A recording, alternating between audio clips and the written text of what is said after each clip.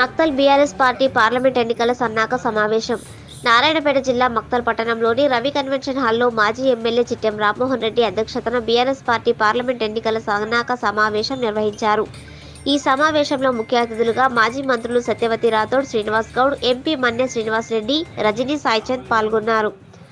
ఈ సందర్భంగా మాజీ మంత్రి సత్యవతి రాథోడ్ మాట్లాడుతూ సాగు నోట్లో తలపెట్టిన కేసీఆర్ను అనరాని మాటలు అంటున్నారని, బీఆర్ఎస్ హయాంలో తెలంగాణ రాష్ట్రాన్ని దేశంలోనే అగ్రగామిగా నిలబెట్టిన గొప్ప నాయకుడు కేసీఆర్ అని అన్నారు.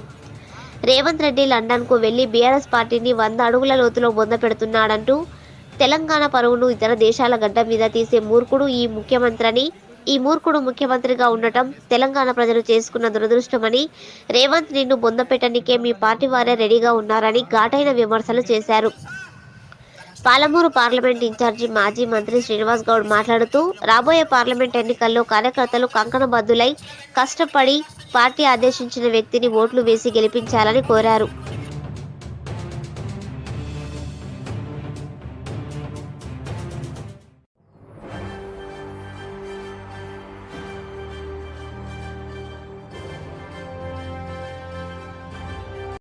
సాగు నోట్లో తలపెట్టిన కేసీఆర్ గారిని పట్టుకొని మరి అనరాని మాటలు మాట్లాడుతూ ఉంటాడు.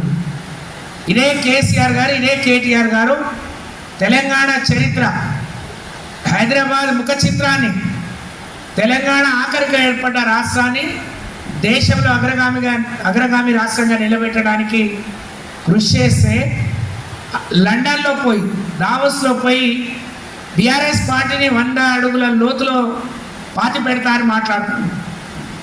అంటే ప్రభుత్వ పరువుని, ఇక్కడ ఈ తెలంగాణ పరువుని విదేశాల మీద, ఇతర దేశాల గడ్డల మీద తీసే ఒక మూర్ఖుడి ముఖ్యమంత్రికి, ఈ రాష్ట్రానికి ముఖ్యమంత్రిగా ఉండడం నిజంగా మనం చేసుకున్న దురదృష్టం అని చెప్పి నేను తెలియజేస్తా ఉన్నాను.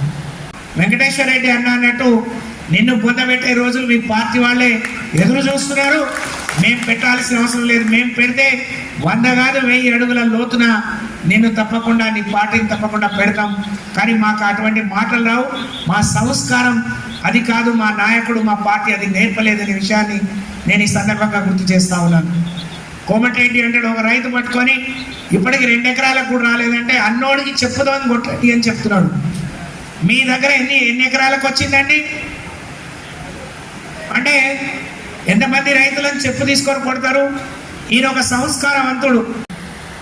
ఈరోజు కేసీఆర్ గారు మరి ఎవరు అవునన్నా కాదన్నా ఈ రాష్ట్రంలో ప్రతి ఇంట్లో సంక్షేమం ఉండాలి, ప్రతి రైతు సంతోషంగా ఉండాలని అహర్నిశలు కల్పించిన నాయకుడు.